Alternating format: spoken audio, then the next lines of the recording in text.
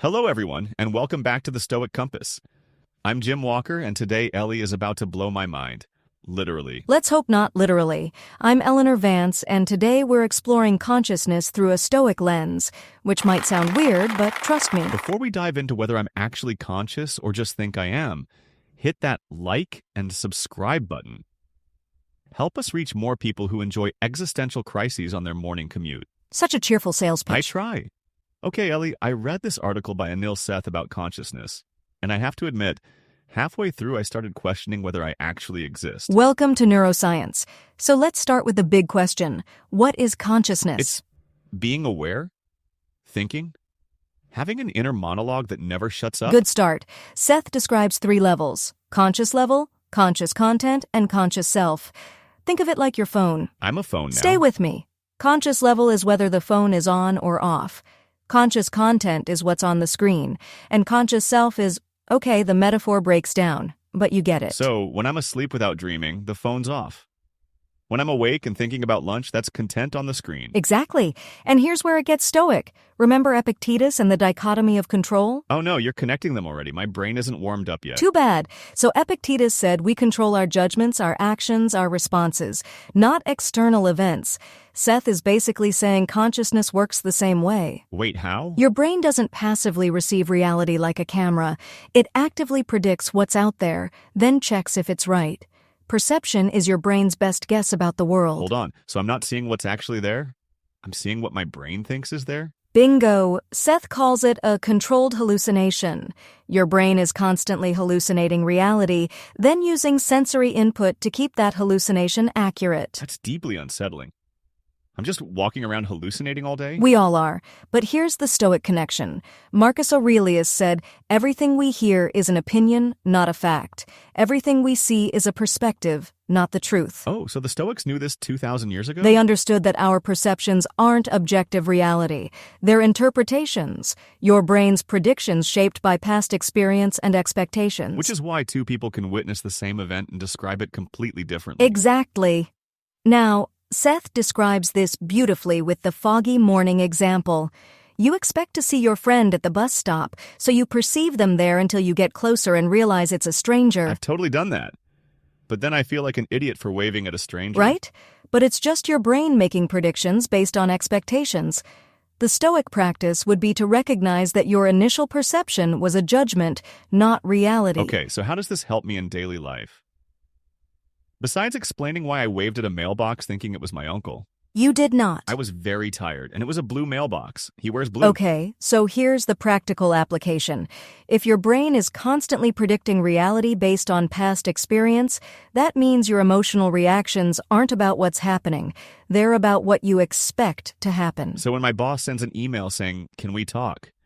and I immediately panic. Your brain is predicting disaster based on past experiences or fears, not on what's actually in the email. Even though it might just be about lunch plans. Exactly.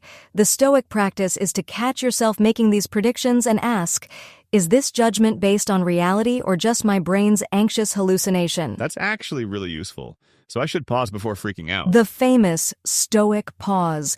Now let's talk about the self. Seth says something radical. Your sense of being you is also a controlled hallucination. Wait, I'm hallucinating myself? Kind of.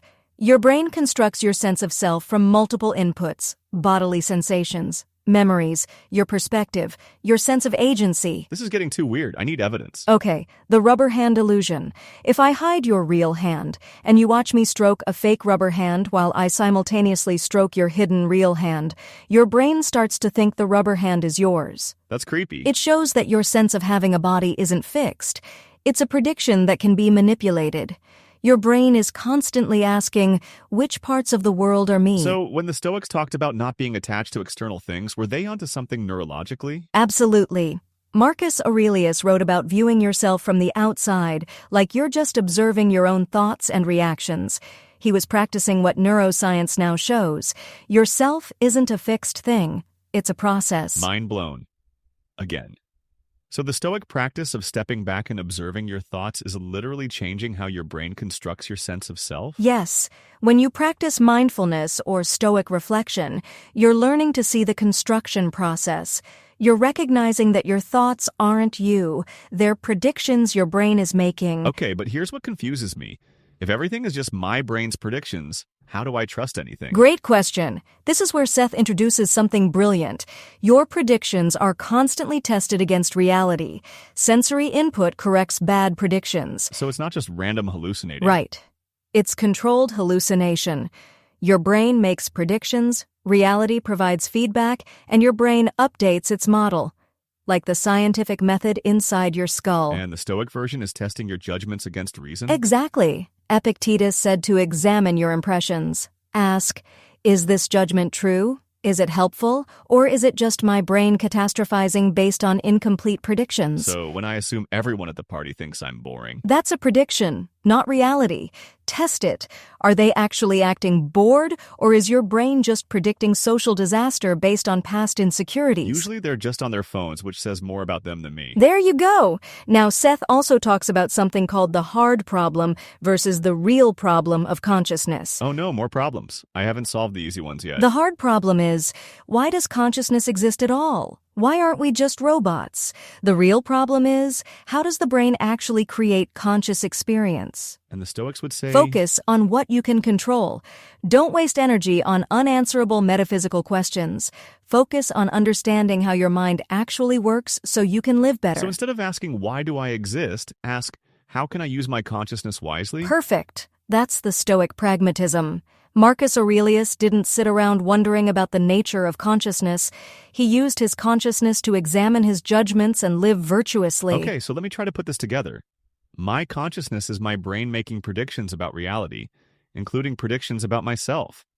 These predictions aren't fixed truth. They're constantly updated. Keep going. The Stoic practice is to recognize these predictions for what they are. Judgments, not facts. Then test them against reason and reality, and focus my energy on what I can actually control, my responses and actions. That's it. You've just combined cutting-edge neuroscience with ancient philosophy. Not bad for someone who waved at a mailbox. I'm never living that down, am I? Never. But here's the beautiful part. Seth ends with the idea that we're beast machines. Conscious because we're biological systems that need to maintain themselves. Beast machines. That's oddly poetic. It flips Descartes on his head. He said animals are unconscious machines. Seth says we're conscious precisely because we're biological machines that care about survival. And the Stoics emphasized living according to nature, understanding ourselves as part of the natural world. Exactly. They didn't see mind and body as separate. Your consciousness emerges from your whole system, brain, body, and how they interact with the world. So, taking care of my body, getting sleep, exercise, that's not separate from mental health or consciousness. It's all connected. Now you're thinking like both a neuroscientist and a Stoic. Your physical state affects your predictions, which affects your consciousness, which affects your judgments. Which explains why I make terrible decisions when I'm hungry. Your brain is predicting disaster because your blood sugar is low. Your bodily state is literally shaping your conscious experience of the world. So the Stoic advice to not make important decisions when you're emotional or tired is neurologically sound? Completely. Your physiological state affects your predictive model, which affects your judgments.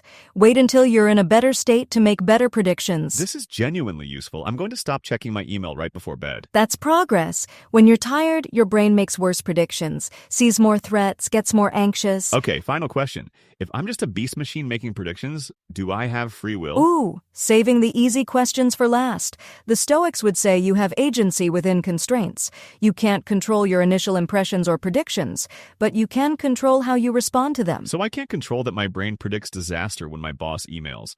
But I can control whether I spiral into panic or take a breath and examine the prediction rationally? Perfect. That's the Stoic freedom. Not freedom from your brain's predictive process, but freedom to examine and update those predictions consciously. Well, my brain is officially tired from examining itself. But this was fascinating.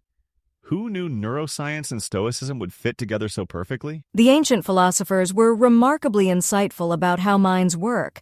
They just didn't have brain scanners to prove it. Thanks for joining us on this exploration of consciousness, predictions, and why I waved at a mailbox, everyone. Until next time, remember that you're a conscious beast machine. Use your predictions wisely. And maybe don't trust all your hallucinations. Controlled hallucinations. Right, that's way better. This podcast is powered by VoxCrea.ai, where ideas find their voice.